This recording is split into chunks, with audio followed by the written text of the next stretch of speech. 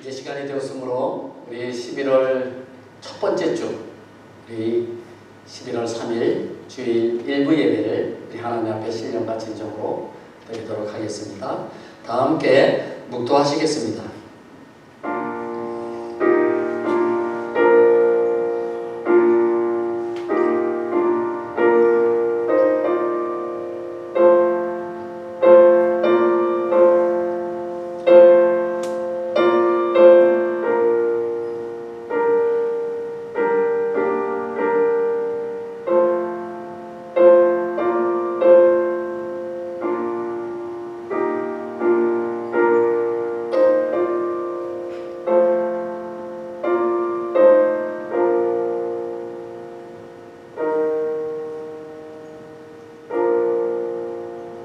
여호와여, 내가 소리내어 부르짖을 때에 들으시고 또한 나를 긍휼히 여기사 응답해 주시옵소서.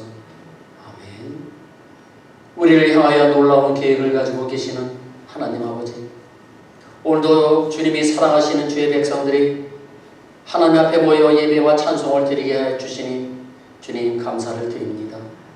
지난 한 주간 우리가 하나님이 누구인지 알면서도, 주님의 말씀을 들었으면서도, 주님 뜻대로 살겠다고 하면서도 세상과 벗하며 기도하지 않고 내 생각과 내 고집대로 시기와 미움 속에서 살았던 우리들을 용서하여 주시옵소서.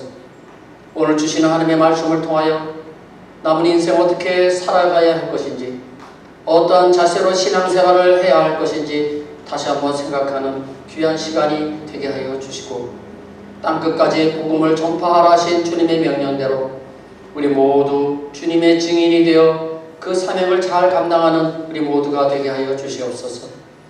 우리 모두 하나님이 택하신 소중한 존재임을 잊지 않게 하시고, 세상에 보냄을 받은 하나님의 자녀로서 하나님 나라 확장에 쓰임받는 일꾼들이 다 되게 하여 주시고, 하나님의 음성에 집중하고 주님의 부르심에 순종하는 우리 모든 성도님들 되게 하여 주시옵소서. 우리 소망장로교회가 주님께서 다시 오시는 그날까지 복음의 사명을 잘 감당하게 하시고, 어둡고 부패된 이 세상에서 빛과 소금의 역할을 잘 감당하며 서로 사랑하며 섬기는 아름다운 교회가 되게 하여 주시옵소서. 오늘 모든 예배 순서를 주님께 의지합니다. 오늘 주신 말씀의 씨앗이 우리의 심령밭에 떨어져서 30배, 60배, 100배의 열매를 풍성하게 맺게 하여 주시옵소서. 이 모든 말씀을 우리를 구원해 주신 거룩하신 예수님의 이름으로 기도드립니다. 아멘.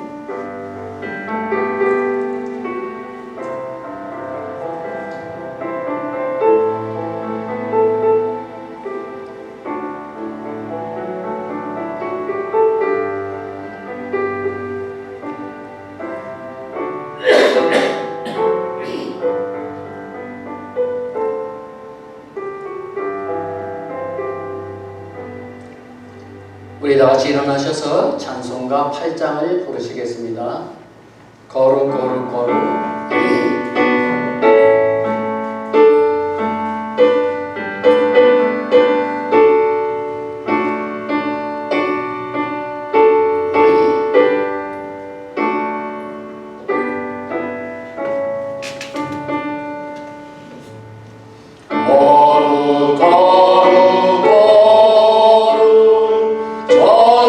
전능하신 주님, 이름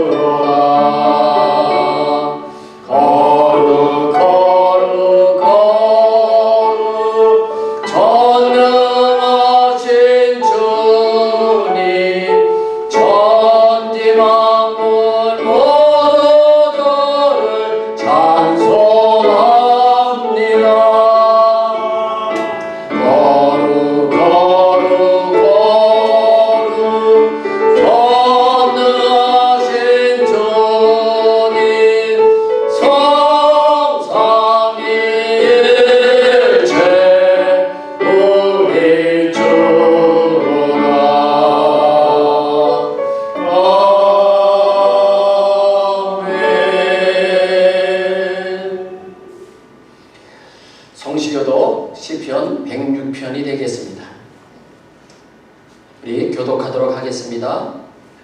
여호와여, 주의 백성에게 베푸시는 은혜로 나를 기억하시며 주의 도로 나를 돌보사 내가 주의 택하신 자가 형통함을 보고 주의 나라의 기쁨을 나누어 가지게 하사 주의 유산을 자랑하게 하소서. 우리가 우리의 조상들처럼 범죄하여 사악을 행하며 악을 지었나이다. 우리의 조상들이 애굽에 있을 때 주의 기이한 일들을 깨닫지 못하며 주의 크신 인자를 기억하지 아니하고 바다 곧 홍해에서 거역하였나이다. 그러나 여호와께서는 자기의 이름을 위하여 그들을 구원하셨으니 그의 큰 권능을 많이 알게 하여 주시로다. 이에 홍해를 꾸짖으시니 곧 마르니 그들을 인도하여 바다 건너가기를 마치 광야를 지나간 같게 하사 그들을 그 보유하는 자의 손에서 구원하시며 그 구원의 손에서 원수의 손에서 구원하셨고 그들의 대적들은 물로 덮으심에 그들 중에서 하나도 살아남지 못하였도다. 이에 그들이 그의 말씀을 믿고 그를 찬양하는 노래를 불렀도다. 아멘. 이 시간 우리 하나님 앞에 고백의 기도를 드리도록 하겠습니다. 지난 한 주간 동안의 우리의 삶을 한번 뒤돌아보시면서 과연 하나님의 말씀 앞에서 어떻게 살았는지, 과연 하나님의 말씀을 실천하며 살았는지, 우리 다시 한번 우리의 모습을 뒤돌아보시고 혹시 그렇지 못했다면 하나님 앞에 용서를 구하시기 바랍니다. 이 시간 우리 다 함께 고백의 기도를 드리겠습니다. 하나님 아버지, 오늘도 이 모습이대로 이 죄인의 모습이대로 주님 앞에 나왔습니다. 주님 이 죄를 주님의 십자가 되게 감춰주시고 어린 양의 보혈을 이렇게 씻어주시고 종의 육선을 차단히 수고로 제쳐주시고 주님의 거룩하신 말씀만을 전할 수 있는 입술로만 사용하여 주시고 전하는 자나 듣는 모든 자에게 은혜와 평강의 시간이 넘치게 하여 주옵소서. 오늘 모든 예배 시험 주님께 의지하오니 오늘 이 시간 주님이 함께하여 주시고 공기마저도 주관하여 주시고 악한 영도 통과하고 성령의 충만으로 하나님의 이 재단을 보호하여 주옵소서. 오직 하나님의 은혜와 하나님의 사랑이 넘치는 복된 주님이 되게 하여 주옵소서. 아버지 말씀을 들어야 될 손들을 하나님 보내주시고 은혜 가운데 인도하여 주시옵소서. 주님께 모든 감사드리며 예수님의 이름으로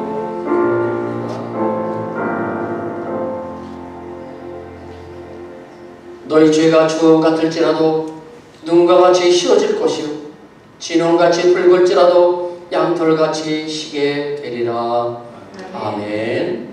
전능하사 천지를 만드신 하나님 아버지를 내가 믿사오며 그 외아들 우리 주 예수 그리스도를 믿사오니 이는 성령으로 잉태하사 동정녀 마리아에게 나시고 본디오 빌라도에게 고난을 받으사 십자가에 못 박혀 죽으시고 장사한 지 사흘 만에 죽은 자 가운데서 다시 살아나시며 하늘에 오르사 전능하신 하나님 우편에 앉아 계시다가 저리로서 산 자와 죽은 자를 심판하러 오시리라.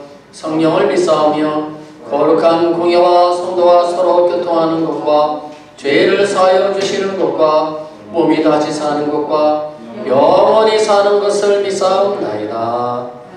아멘. 우리 찬송가 246장을 부르시겠습니다. 나 가나안 땅 귀한 성에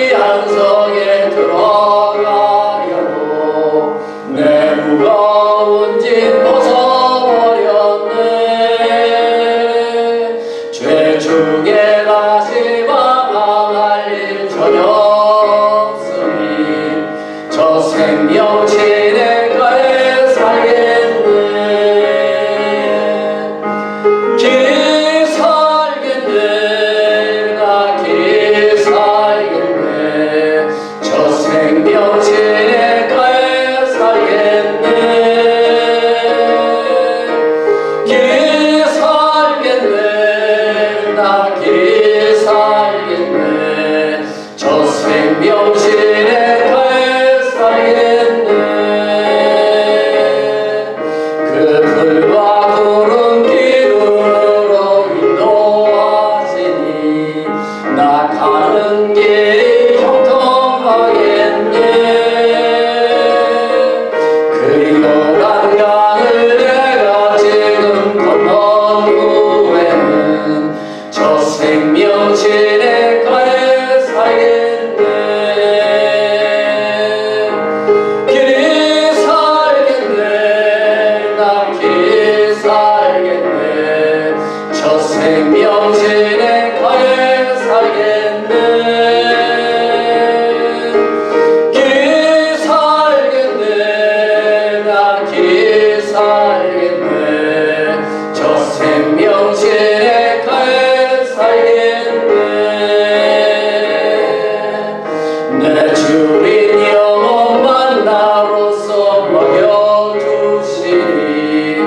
그 양식 내게 생명 되겠네.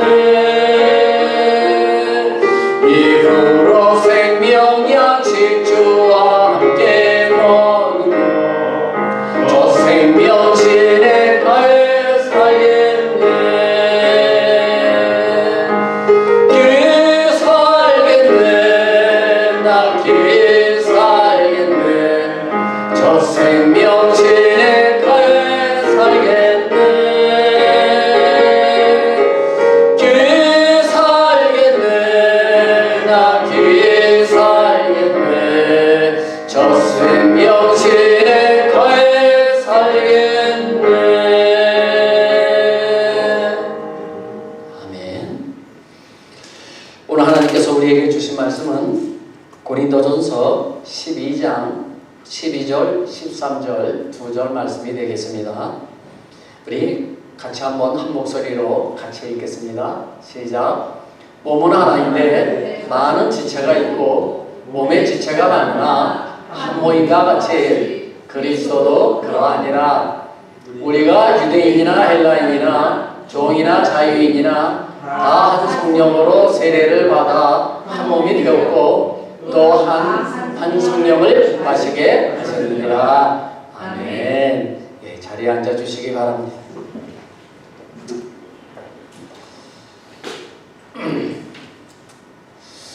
오늘도 여러분의 가정과 자녀 그리고 하시는 모든 일들 위해 하나님의 도움의 손길이 함께 하시기를 주님의 이름으로 축복합니다.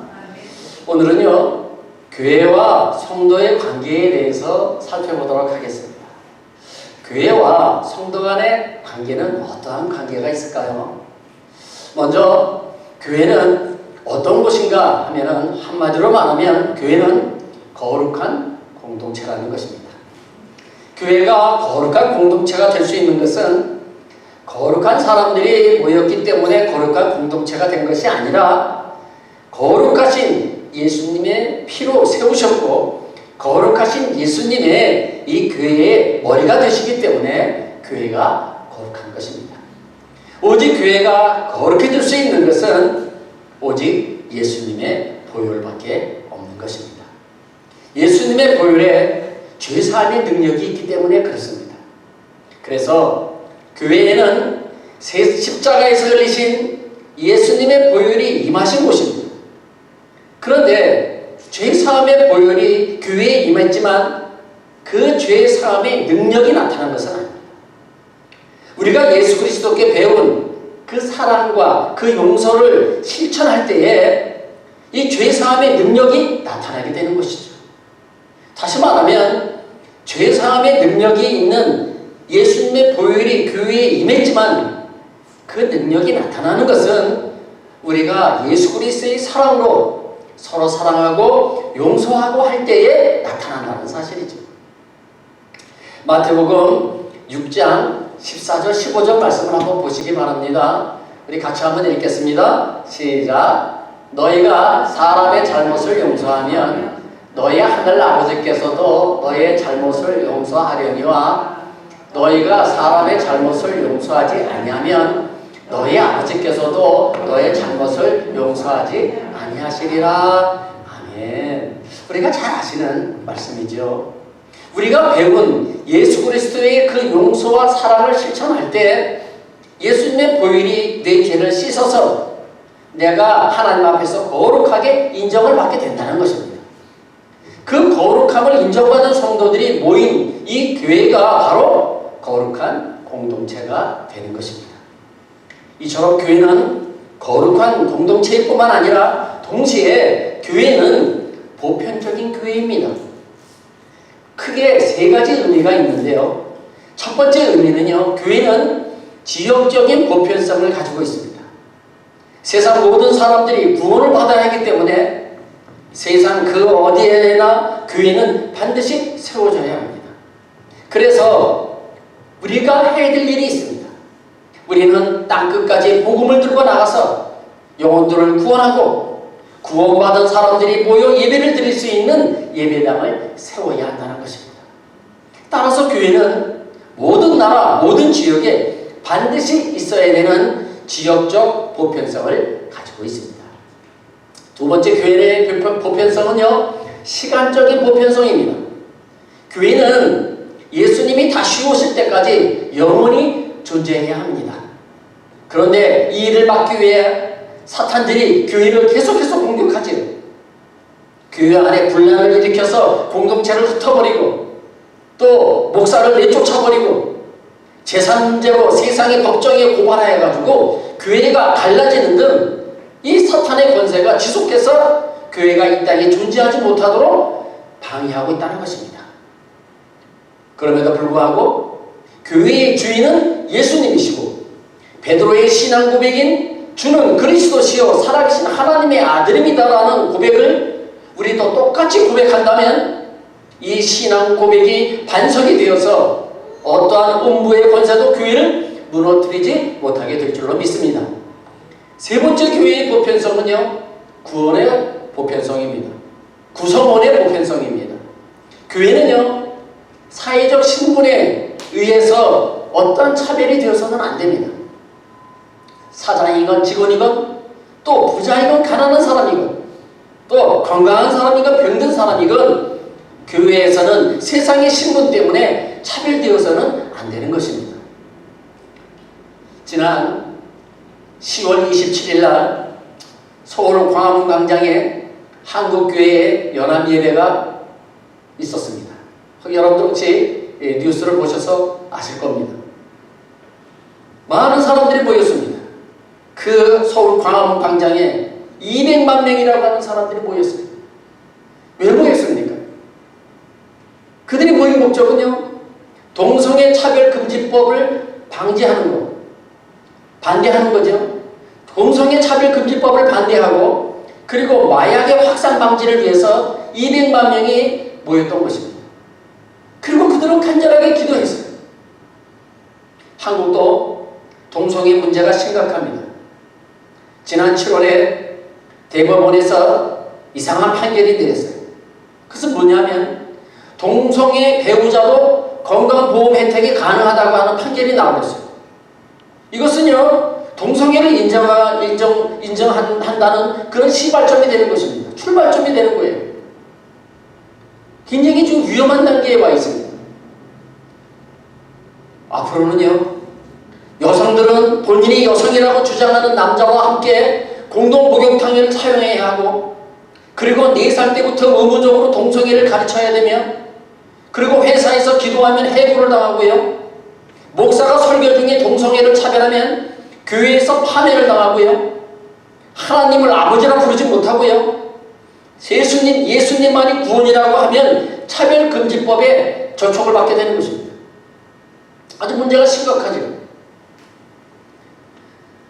그렇다고 동성애자들을 미워하면 안 됩니다. 교회는 동성애자들을 불쌍히 여기셔야 합니다. 거기서 빠져나올 수 있도록 그리스도의 사랑으로 도와줘야 합니다. 교회는 동성애까지 품을 수 있는 사랑의 공동체가 되어야 한다는 것입니다. 그런데 문제는 분별력이 없어서 동성애가 죄가 아니라고 한다든지 또 동성애가 합법화되는 일에 찬성하게 되면은요, 그렇게 되면 사회 공동체가 파괴가 되고 거룩한 교회 공동체가 무너지게 되는 것입니다. 그래서 그 일을 막기 위해서 한국의 그 전 교회가 서울 광화문 광장에 200만 명이 모여서 기도했던 것입니다. 그렇다면 교회는 어떤 곳이 되어야 할까요? 오늘 본문 12절, 27절을 우리 같이 한번 읽겠습니다. 시작. 몸은 하나인데 많은 지체가 있고 몸에 지체가 많으나 한 몸과 같이 그리스도도 그러하니라. 너희는 그리스도의 몸이요 지체의 각 부분이라. 아멘. 우리의 몸은 하나이지만 그 몸에 붙어있는 지체는요, 여러 가지가 있지 않습니까? 손이라고 하는 지체, 발이라고 하는 지체, 눈, 코, 이, 귀와 같은 그런 지체들이 다 있습니다. 그 지체들이 모여서 한 몸을 이루는 것처럼 그리스도도 그렇다는 것입니다. 자, 27절 다시 한번 보실까요? 자, 너희는 그리스도의 몸이요 지체의 각 부분이라. 사람이 한 몸이고 그 몸에 많은 지체가 있는 것처럼 우리는 그리스도에 붙어있는 각 지체들이라는 것입니다. 어떤 분은 손이요, 어떤 사람은 발이요, 어떤 사람은 눈이요, 어떤 사람은 입이요, 어떤 사람은 코나 귀인 것처럼 각 지체들이 모여서 한 몸인 그리스도를 이루었다는 것입니다. 따라서 거룩하신 그리스도께 붙어있는 각 지체들은 거룩해야 하며 또한 각 지체들이 거룩해야 한 몸이 되시는 그리스도가 거룩하게 되는 것입니다. 그렇다면 우리는 어떻게 살아야 할까요? 그리스도가 거룩하신 것처럼 우리도 거룩하게 살아야 한다는 것입니다. 바울은요, 골로새서 1장 15절 20절에서 예수 그리스도가 교회에서 어떠한 위치에 계시며 어떠한 역할을 하시는지 우리에게 아주 잘 설명하고 계십니다. 자, 하나씩 한번 말씀을 한번 볼까요? 12절부터 한번 쭉 보시겠습니다. 15절. 자, 같이 읽겠습니다. 시작. 그는 보이지 아니하는 하나님의 형상이시요 모든 피조물보다 먼저나신 이시니. 아멘. 그는 누굽니까? 예수님을 말하는 것입니다. 눈에 보이지 않는 하나님의 형상을 보이는 형상으로 나타나신 분이 바로 예수님이라는 것이죠. 따라서 예수님을 보면 하나님을 보는 것과 같은 것입니다. 그러면서 그 예수님은 모든 피조물보다 먼저 존재하신 분이라고 그렇게 말했습니다. 하나님께서 천지를 창조하실 때에 그때 함께 계셨던 분이 누구신지 아시죠? 누구세요? 예수님이세요. 진짜 그런지 한번 찾아볼까요? 자, 요한복음 1장 2절 3절 말씀입니다. 자, 시작. 그가 태초에 하나님과 함께 계셨고 만물이 그로 말미암아 지은 바 되었으니 지은 것이 하나도 그가 없이는 된 것이 없느니라. 아멘. 그렇죠? 맞지요? 그래서 그는 예수님을 말하는 거예요. 처음 하나님께서 천지를 창조하실 때에 예수님도 그곳에 계셨다는 거예요. 이어서 골로새서 16절 말씀, 1장 16절 말씀 이어서 한번 보시겠습니다. 자, 16절 같이 읽겠습니다. 시작. 만물이 그에게서 창조되되 하늘과 땅에서 보이는 것들과 보이지 않는 것들과 혹은 왕권들이나 주권들이나 통치자들이나 권세들이나 만물이 다 그로 말미암고 그를 위하여 창조되었고. 아멘. 계속 띄워주세요. 예수님의 이 세상에 하늘과 땅에 있는 눈에 보이는 것들이나 눈에 보이지 않는 바람이나 공기까지도 창조하셨고 모든 왕권과 주권자들과 통치자들과 모든 권세가 예수님으로부터 나오고 모든 세상에 존재하는 것들이 예수 그리스도를 위해서 존재한다는 것입니다. 그것을 지금 사도 바울이 말씀한 거예요. 그러면서요 17절 말씀에서 이렇게 말씀합니다. 또한 그가 만물보다 먼저 계시고 만물이 그 안에 함께 섰느니라. 아멘. 아까 말씀드린 대로 그가 누구예요? 예수님이에요. 예수님은 만물을 품으시는 분이시고 만물을 소유하신 분이시다. 그런 말씀입니다. 이어서 18절 말씀 한번 보시겠습니다. 같이 읽겠습니다. 시작. 그는 몸인 교회의 머리시라. 그가 근본이시오 죽은 자들 가운데서 온전하신 이시니 이는 친히 만물의 으뜸이 되려 하시니요. 아멘. 예수님은 자신의 몸인 교회의 머리이시며 근본이 되신다는 것입니다. 만일 예수님이 교회 안에 안 계시면 그 근본이 흔들리는 것이죠. 그러면서 예수님은 죽은 자의 첫 열매로 부활하심으로 죽음의 권세까지도 물리치심으로 모든 만물의 으뜸이 되셨다는 것을 지금 입증하는 것입니다. 사실 인간에 있어서 죽음은 인위적으로 결코 막을 수가 없습니다. 모든 인간은 반드시 죽게 되어 있습니다. 누가 먼저 죽을지는 아무도 모르지만 언젠가는 죽게 되어 있습니다. 그런데 인간의 가장 대책 없는 그 죽음의 권세까지도 물리치시고 이기신 분이 바로 예수님이라는 것입니다. 그 죽음의 권세를 이기시고 부활하신 분이 바로 예수님이라고 하는 그 사실입니다. 이어서 19절 말씀을 한번 보십시오. 이렇게 말합니다. 아버지께서는 모든 충만으로 그리스도 예수 안에 거하게 하시고. 아멘. 하나님은 예수 안에 모든 충만함을 부어주셨고요. 그 예수를 믿는 우리도 하나님의 그 충만함을 누리게 될 줄로 믿습니다. 자, 이어서 20절입니다. 20절 같이 읽겠습니다. 시작. 그의 십자가의 피로 화평을 이루사 만물 곧 땅에 있는 것들이나 하늘에 있는 것들이 그로 말미암아 자기와 화목하게 되기를 기뻐하심이라. 아멘. 예수님은 십자가에서 흘리신 자기 보혈로 하나님과 원수되었던 땅에 있는 것들이나 하늘에 있는 것들을 화평케 하시고 하나님과 우리가 화목하게 된 것을 하나님이 기뻐하신다는 것입니다. 제가 지금까지 쭉 말씀을 드렸습니다. 지금까지 말씀드린 것이 예수님께서 교회에서의 위치이시고 교회에서 예수님께서 하시는 일인 것입니다. 그런데 문제는 예수님을 교회의 머리로 인정하지 않고 예수님을 하나님으로 인정하지 않는 사람들이 있다는 것입니다. 자, 한번 그 말씀을 한번 보실까요? 골로새서 2장 19절 말씀입니다. 우리 같이 한번 읽겠습니다. 시작. 머리를 붙들지 아니하는지라 온몸이 머리로 말미암아 마디와 힘줄로 공급함을 받고 연합하여 하나님이 자라게 하심으로 자라느니라. 아멘. 머리를 붙들지 않는 자들이 있다는 거예요. 우리 성도들 중에도 골로새서의 교인들처럼 예수님을 교회의 머리로 붙들지 않는 사람들이 있다는 거예요. 이것을 주의하셔야 됩니다. 성도는 머리가 되신 예수님으로부터 뼈마디와 힘줄을 통해서 영양분을 공급받고요.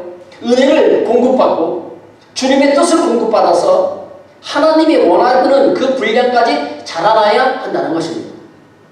그래야 주님께서 우리에게 맡겨주신 그 사명을 잘 감당할 수 있기 때문에 그런 것입니다. 그래서 골로새서 2장 조금 전에 보셨던, 다시 한번 띄워주세요. 골로새서 2장 19절 말씀 가운데 아주 중요한 두 가지 단어가 나옵니다. 자, 무엇일까요? 하나는 공급받는다 이것이고요. 두 번째는요, 연합한다 이것입니다.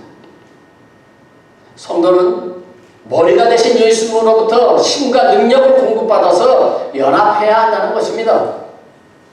그러므로 성도는 위로는 머리가 되시는 예수 그리스도와의 교제가 이루어져야 하며 옆으로는 다른 성도들과의 교제가 이루어져야 합니다. 각 지체들마다 주께 받은 은혜와 영양분은 다르지만 교제를 통해서 각 지체가 받은 영양분과 은혜를 골고루 나누며 마디와 힘줄과 혈관을 통해서 연합하는 것이 바로 성도의 교제인 것입니다. 그래서 교회는 우리 몸의 혈관에 피가 잘 흘러야 하는 것처럼 하나님과 성도들과 성도들 간의 교제와 연합을 통하여 피가 잘 흘러야 합니다.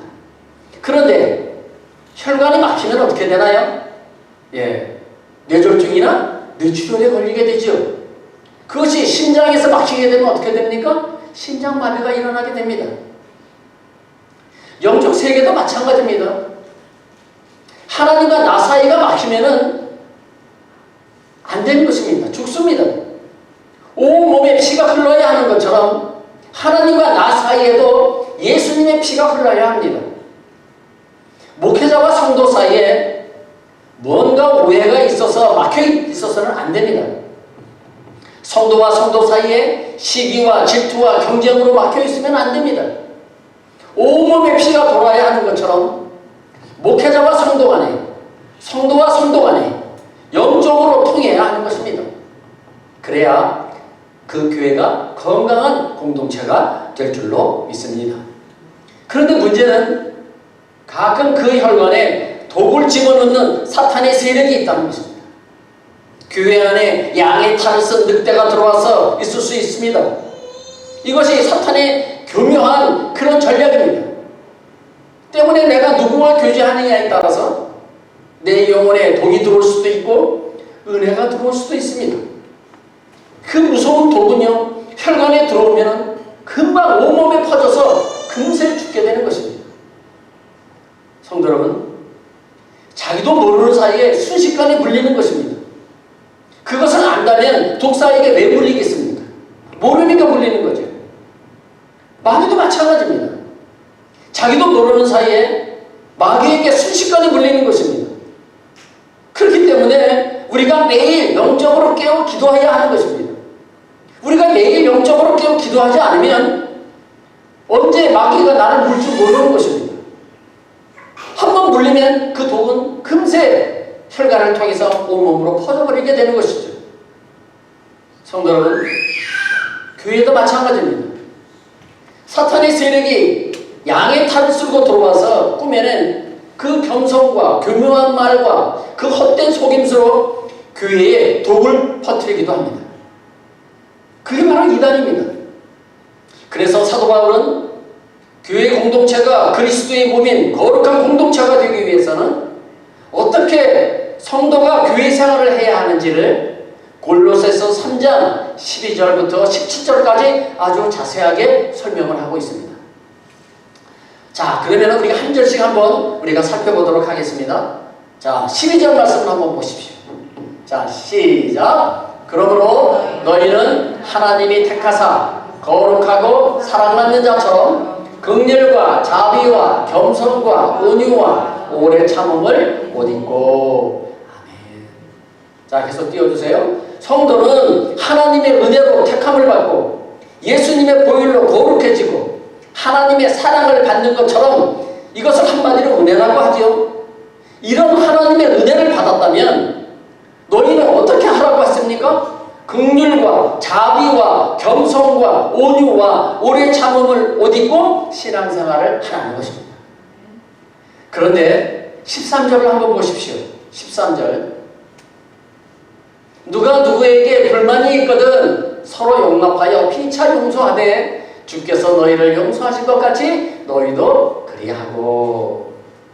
비록 예수 믿는 사람들이 모인 교회 공동체지만요, 그 안에서도 불만이 생길 수가 있어요. 우리 모두가 예수님의 보혈로 죄 씻음을 받았지만 여전히 옛사람의 속성이 남아있기 때문에 여전히 욕심이 있고 또 고집이 있고 나쁜 버릇이 있기 때문에 서로에게 불편을 줄 수가 있습니다. 그런데 13절에서 뭐라고 그랬어요? 누가 누구에게 불만이 있거든 서로 용납하여 피차 용서하되 주께서 너희를 용서하신 것 같이 너희도 그리하고. 누가 누구에게 불만이 있거든 어떻게 하라고요? 어떻게 하라고요? 서로 용서하고, 서로 용서하고, 용납하고, 피차 용서하라고. 주님께서 나를 용서해 주신 것처럼, 주님께서 나 같은 이 죄인을 용서해 주신 것처럼 우리도 용서해 줘야 한다는 것입니다. 내가 어떤 사람 때문에 마음이 불편했어요. 한번 쥐어받고 싶을 때도 있어요. 그런데요, 그 사람도 나한테 똑같이 그렇게 하고 싶다는 거예요. 하나님의 사랑은 무조건적인 사랑입니다. 하나님은 우리의 어떤 조건을 보고 사랑하는 것이 아니라 사랑을 받을 만한 아무런 조건이 없는데도 조건 없이 우리를 사랑해 주셨습니다. 이것이 그리스도인의 삶의 자세가 되어야 하는 것입니다. 이어서 14절 말씀을 한번 보십시오. 이 모든 것 위에 사랑을 더하라. 이는 온전하게 매는 띠니라. 아멘. 성도 여러분, 이런 일이 어떻게 가능할까요? 내 안에 예수님의 사랑으로 충만해지면 이것이 가능합니다. 용서가 되는 것입니다. 그런데 사랑이 말라버리면 사람이 깐깐해져가지고 도저히 용서가 되지 않지요. 내가 받은 것만큼 2배, 3배로 더 갚고 싶죠. 그러시면 안 됩니다. 우리가 받을 만한 자격이 되어서 우리가 하나님으로부터 용서받은 것이 아니지 않습니까? 감히 용서받을 자격이 되진 않지만 아무런 조건을 보시지 않고 무조건적으로 우리를 용서해 주시지 않았습니까? 그런데 왜 우리는 용서할 때에 어떤 조건을 제시하거나 어떤 조건을 왜 보십니까? 그것은 뭔가 잘못된 것 아닙니까? 예수님은 우리를 무조건적으로 용서해 주셨는데 우리는 왜 용서를 해주지 못합니까? 어떤 조건을 가지고 따집니까? 뭔가 잘못된 것 아닌가요? 교회 안에 여러 지체가 있지만은 조건 없는 사랑이 교회를 한 몸으로 묶는 띠의 역할을 하는 것입니다. 그런데 사랑을 잃은 공동체는 절대 하나님이 함께 하시지 아니하므로 하나님의 능력이 나타나지 않는 것입니다. 이어서 15절 말씀을 보십시오. 같이 읽겠습니다. 시작. 그리스도의 평강이 너의 마음을 주장하게 하라. 너희는 평강을 위하여 한 몸으로 부르심을 받았나니 너희는 또한 감사하는 자가 되라. 아멘. 사람의 사랑의 마음을 더하고 그 위에 그리스도의 평강이 너희 마음을 주장하게 하라는 것입니다. 우리의 마음을 그리스도의 평강이 주장하면 그것이 바로 천국이 되는 것입니다. 천국은 온갖 화려한 보석으로 지어진 곳이 그래서 천국이 되는 것이 아니라 천국의 마음을 갖고 사는 사람들이 모여있는 곳이 바로 천국인 것입니다. 아무리 화려한 집에 살아도 마음이 지옥인 사람들이 모여 살면은 그것이 바로 지옥이 되는 것입니다. 천국은 그리스도의 말씀이 나를 주장하여 내 마음이 온전한 평강을 누리는 순간 내 마음이 천국이 되는 것입니다. 이런 평강이 나를 주장하며 살게 된 것을 하나님께 감사하라는 것입니다. 내 마음에 천국이 임하려면 어떻게 해야 하나요? 자, 이어서 16절 말씀을 한번 보시기 바랍니다. 자, 같이 읽겠습니다. 시작. 그리스도의 말씀이 너희 속에 풍성히 구하여 모든 지혜로 피차 가르치며 권면하고 시와 찬송과 신령한 노래를 부르며 감사하는 마음으로 하나님을 찬양하고. 내 마음에 천국이 임하려면 이렇게 하라는 거예요. 그리스도의 말씀을 아는 것으로 만족하지 말고 그 말씀에 순종하며 살 때 그 속에 하나님의 통치가 이루어지면서 내 마음에 평강이 찾아오는 것입니다. 그때부터 서로 피차 가르치며 권면하고 시와 찬송과 신성한 노래를 부르며 감사하는 마음으로 하나님을 찬양하게 될 것입니다. 이어서 내 마음에 천국이 임하려면 17절 말씀입니다. 17절 같이 읽겠습니다. 시작. 또 무엇을 하든지 말에나 일에나 다 주 예수의 이름으로 하고 그를 힘입어 하나님 아버지께 감사하라. 아멘. 무엇을 하든지 말에나 일에나 다 예수의 이름으로 하고 예수의 이름을 힘입어서 하나님께 감사하는 신앙생활을 하면 천국의 생활이 될 줄로 믿습니다. 사랑하는 성도 여러분, 교회 공동체가 그리스도의 몸인 거룩한 공동체가 되기 위해서는 어떻게 교회 생활을 해야 하는지 지금까지 제가 말씀을 드렸습니다. 우리 그 말씀을 다시 한번 정리하고 그리고 마치도록 하겠습니다. 첫 번째가 뭐라고 그랬습니까? 긍휼과 자비와 겸손과 온유와 오래 참음으로 신앙생활 하라는 것입니다. 두 번째는요, 누가 누구에게 불만이 있거든 주님께서 나를 용서해 주신 것처럼 서로 용납하고 피차 용서하라는 것입니다. 세 번째는요, 이 모든 것 위에 사랑을 더하라고 했습니다. 네 번째는요, 사랑의 마음 위에 그리스도의 평강이 너희 마음을 주장하게 하라고 했습니다. 다섯 번째는요, 그리스도의 말씀에 순종하며 살 때 내 마음에 평강이 찾아오므로 피차 가르치며 권면하고 시와 찬송과 신령한 노래를 부르며 감사하는 마음으로 하나님을 찬양하라고 했습니다.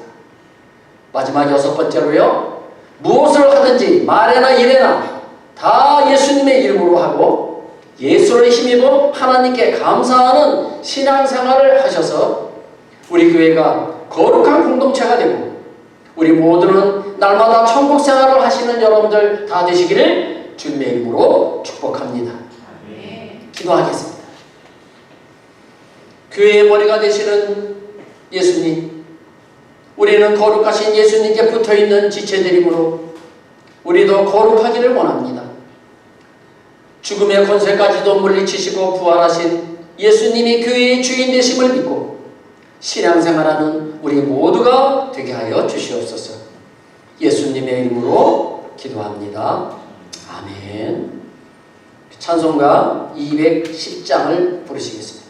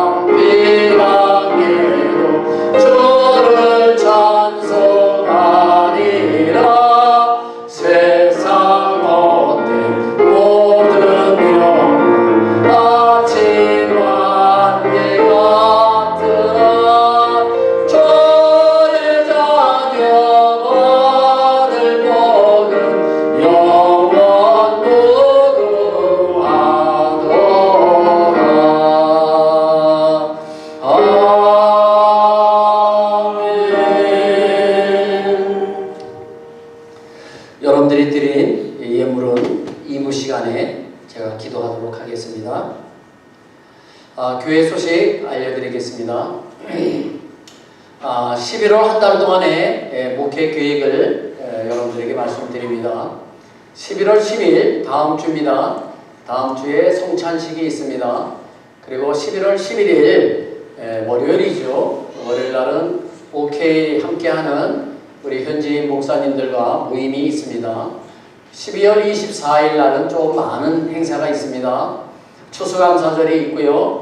그 다음에 설립 9주년 기념 예배가 동시에 열리게 됩니다. 그리고 예배를 다 마친 후에 남녀 선교회 원래 총회로 모여서 내년도 또 수고할 임원들을 뽑게 됩니다. 그리고 11월 30일 날은 토요일입니다. OK 전도 사역을 하러 우리가 오후에 갈 것입니다. 두 번째 예배 시간 안내를 드립니다. 처음 오신 분들을 위해서 다시 말씀을 드립니다. 주일 예배는요 1부 예배가 9시에 있고요 2부 예배가 11시에 있습니다. 그리고 수요 예배는요 저녁 8시에 있고요 그 다음에 토요 예배는 아침 8시에 있습니다. 그리고 아침 기도회가 매일 그 다음에 주일날을 제외하고 매일 아침 8시서부터 9시까지 있습니다. 여러분들이 참고하시고 여러분들이 적극적으로 많이 참석해 주시기 바랍니다. 세 번째는 2025년 칼렌더가 한국에서 도착을 했습니다. 그래서 각 가정당 벽걸이용 달력은 2개, 그 다음에 탁상용 달력은 1개씩 드리도록 하는데요. 최대입니다. 필요 없는데 또 많이 가져가지 마시고요. 다른 사람들도 다 나눠줘야 되기 때문에 그리고 필요하신 만큼 가져가시는데요. 최대 벽걸이용 달력 2개, 탁상용 달력 1개씩을 허용을 하도록 하겠습니다. 여러분들 가실 때 가지고 가시기 바랍니다. 다음 각 목장장님은 11월 구역 공가를 사무실에서 받아가시기 바랍니다. 그리고 다음 주 대표기도는 배선희 권사님, 그 다음 주는 이미성 권사님. 11월 교회 한 달 동안의 안내는 노은희 권사님과 신영희 집사님이 수고해 주시겠습니다. 우리 다 같이 일어나셔서요. 우리 마지막 찬송 오직 주의 사랑에 매여 우리 부르고 우리 모든 예배를 마치도록 하겠습니다.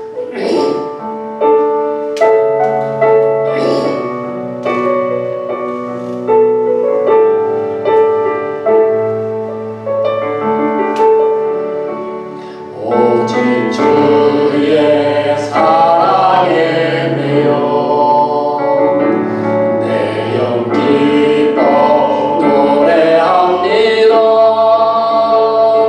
이 소망의 언덕 기쁨의 땅에서 주께 사랑 드립니다. 오직 주의